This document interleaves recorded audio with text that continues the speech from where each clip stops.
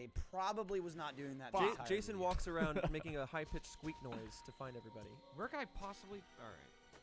So what's accomplished on anything else? Nothing. Okay. You might be screwed. I'm definitely screwed. Why? Why? Oh.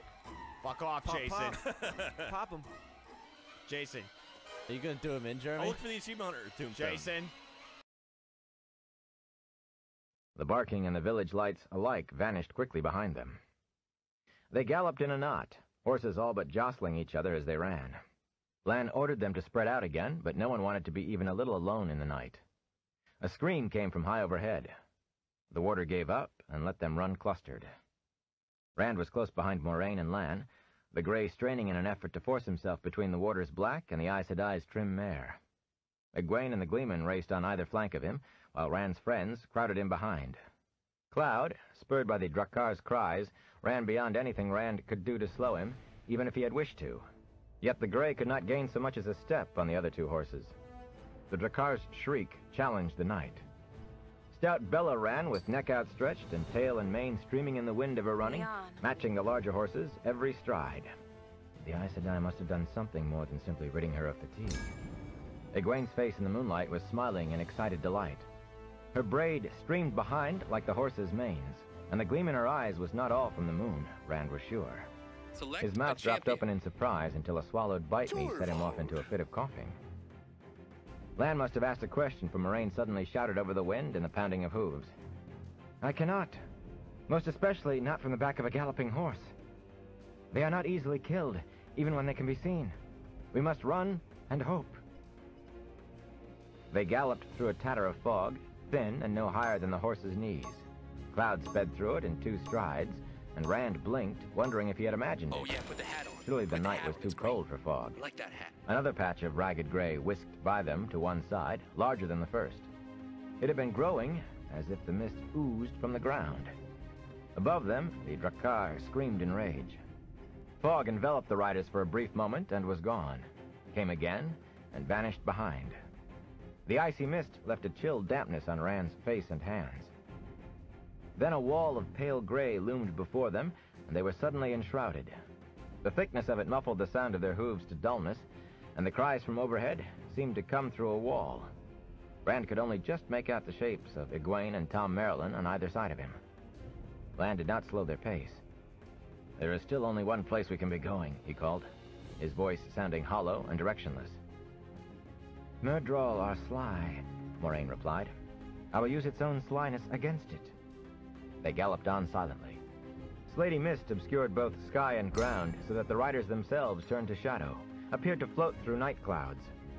Even the legs of their own horses seemed to have vanished. Rand shifted in his saddle, shrinking away from the icy fog. Knowing that Moraine could do things, even seeing her do them, was one thing. Having those things leave his skin damp was something else again. He realized he was holding his breath, too, and called himself 9 kinds of idiot. He could not ride all the way to Tarn Ferry without breathing. She had used the one power on Tam, and he seemed all right. Still, he had to make himself let that breath go and inhale. The air was heavy, but if colder, it was otherwise no different than that on any other foggy night. He told himself that, but he was not sure he believed it. Oh yeah, put the hat on. Lan encouraged them to keep close now, to stay where each could see the outlines of others in that damp, frosty grayness. Yet the warder still did not slacken his stallion's dead run. Side by side, Lan and Moraine led the way through the fog as if they could see clearly what lay ahead. The rest could only trust and follow, right about now. and hope. The shrill cries that had hounded them faded as they galloped, and then were gone, but that gave small comfort. Forest and farmhouses, moon and road were shrouded and hidden. Dogs still barked, hollow and distant in the gray haze, when they passed farms, but there was no other sound save the dull drumming of their horses' hooves. So much Nothing in that featureless ashen fog changed. Nothing gave any hint of the passage of time except the growing ache in thigh and back. It had to have been hours, Rand was sure. His hands had clutched his reins until he was not sure he could release them, and he wondered if he would ever walk properly again. He glanced back only once. Shadows in the fog raced behind him, but he could not even be certain of their number, or even that they really were his friends. The chill and damp soaked through his cloak and coat and shirt, soaked into his bones, so it seemed. Only the rush of air past his face and the gather and stretch of the horse beneath him told him he was moving at all. It must have been hours. Sticks and stones may break me Lo! bones. Lan called suddenly. Hard runic Draw rein! codes will kill ya. Rand was so startled that Cloud forced between Lan and Moraine, forging ahead for half a dozen strides before he could pull the big gray to a halt and stare. Houses loomed in the fog on all sides, houses strangely tall to Rand's eyes. He had never seen this place before, but he had often heard descriptions. That tallness came from high redstone foundations, necessary when the spring melt in the mountains of mist made the Tarn overflow its banks. They had reached Tarn Ferry. Lan trotted the black warhorse past him. Don't be so eager, sheepherder. Discomfited, Lan fell into place without explaining as the party moved deeper into the village. His face was hot. For the moment, the fog was welcome. A lone dog, unseen in the cold mist, barked at them furiously, then ran away. Here and there, a light appeared in a window as some early risers stirred. Other than the dog, no sound save the muted crops of their horses' hooves disturbed the last hour of the night. Rand had met few people from Tarn Ferry. He tried to recall what little he knew about them. They seldom ventured down into what they called the lower villages, with their noses up as if they smelled something bad. The few he had met bore strange names like Hilltop and Stoneboat. One and all, Tarn Ferry folk had a reputation for slyness and trickery. If you shook hands with a Tarn Ferryman, people said, you counted your fingers afterward. We don't need horses. Lan and Moraine stopped before a tall, dark house that looked exactly like any other in the village. Fog swirled around the water like smoke as he leaped from his saddle and mounted the stairs that rose to the front door, as high above the street as their heads. At the top of the stairs, Lan hammered with his fist on the door. I thought he wanted quiet. Lan's pounding went on. A light appeared in the window of the next house, and someone shouted angrily, but the warder kept on with his drumming. Abruptly, the door was flung back by a man in a nightshirt that flapped about his bare ankles. An oil lamp in one hand illumined a narrow face with pointed features. Is that bad? He opened his mouth angrily, then let it stay open as his head swiveled to take in the fog, eyes bulging. What's this? He said. What's this? Chill gray tendrils curled into the doorway. He hurriedly stepped back away from it. Master Hightower, I said. Just the man I need. We want to cross over on your ferry. I never even saw Hightower, Matt snickered. Lan made shushing motions at his friend. The sharp-faced fellow raised his lamp higher and peered down at them suspiciously. After a minute, Master Hightower said crossly, the ferry goes over in daylight. Not in the night, not ever. And not in this fog, neither. Come back when the sun's up and the fog's gone. He started to turn away, but Lan caught his wrist. The ferryman opened his mouth angrily. Gold glinted in the lamplight as the warder counted out coins one by one into the other's palm. Hightower licked his lips as the coins clinked, and by inches his head moved closer to his hand, as if he could not believe what he was seeing. And as much again, Lan said, when we are safely on the other side. But we leave now. Now? Chewing his lower lip, the ferryman shifted his feet and peered out at the mist-laden night, then nodded abruptly. Now it is. Well, let loose my wrist. I have to rouse my haulers.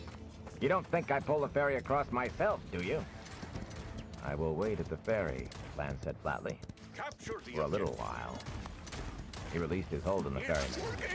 Master Hightower jerked a handful of coins to his chest and, nodding agreement, hastily shoved the door closed with his fist. Chapter 12. Across the Tarn. Lan came down the stairs, telling the company to dismount and lead their horses after him through the fog. Again, they had to trust that the warder knew where he was going. The fog swirled around Rand's knees, hiding his feet, obscuring everything more than a yard away. The fog was not as heavy as it had been outside the town, but he could barely make out his companions. Still no human stirred in the night except for them. A few more windows than before showed a light, but the thick mist turned most of them to dim patches, and as often as not, that hazy glow hanging in the gray was all that was visible. Other houses, revealing a little more, seemed to float on a sea of clouds, or to thrust abruptly out of the mist while their neighbors remained hidden, so that they could have stood alone for miles around. Rand moved stiffly from the ache of the long ride, wondering if there was any way he could walk the rest of the way to Tar Valon. Not that walking was much better than riding at that moment, of course. But even so, his feet were almost the only part of him that was not sore. At least he was used to walking. Enemy killing spree. Only once did anyone speak loudly enough for Rand to hear clearly. You must have it, Moraine said in answer to something unheard from Rand. We will remember too much of it. No help for it. But I stand out in the sun. Rand grumpily shifted his now sodden cloak on his shoulders, keeping close with the others.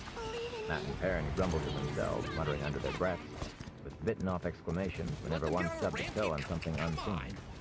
Tom Maryland grumbled too, words like hot meal, fire, mulled wine reaching Rand.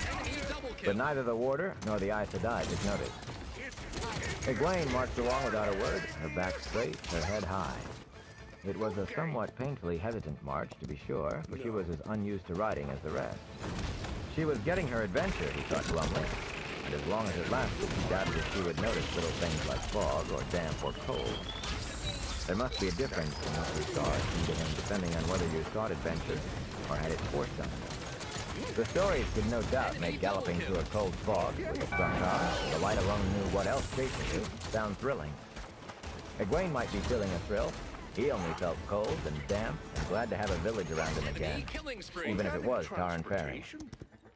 Abruptly, he walked into something large and warm in the murk. Land shouted. The warder and Moraine had stopped, and the rescue party did the same, patting their mounts as much to comfort themselves as the animals. The fog was a little thinner here, enough for them to see one another more clearly than they had in a long while, but not enough to make out much more. Their feet were still hidden by low billows like gray floodwater. The houses seemed to have all been swallowed. Cautiously, Rand let Cloud forward a little way, and was surprised to hear his boots scrape on wooden planks. The ferry landing. He backed up carefully, making the grayback as well. He had heard what the Tarn ferry landing was like, a bridge that led nowhere except to the ferry boat. The Tarn was supposed to be wide and deep, with treacherous currents that could pull under the strongest swimmer. Much wider than the wine spring water, he supposed. With the fog added in, it was a relief when he felt dirt under his feet. A fierce from land, as sharp as the fog. The warder gestured at them as he dashed the car inside and threw back the stocky youth's cloak, exposing the great axe. Obediently, if still not understanding, Rand tossed his own cloak over his shoulder to show his sword. As Lan moved swiftly back to his horse, bobbing lights appeared in the mist, and muffled footsteps approached. 6 solid-faced men in rough clothes followed Master Hightower. The torches they carried burned away a patch of fog around them. When they stopped, all of the party from Emmons Field could be plainly seen, the lot of them surrounded by a gray wall that seemed thicker for the torchlight reflected from it. The ferryman examined them, his narrow head tilted, nose twitching like a weasel sniffing the breeze for a trap. Lan leaned against his saddle with apparent casualness, but one hand rested ostentatiously on the long hilt of his sword. There was an air about him of a metal spring, compressed, waiting. Rand hurriedly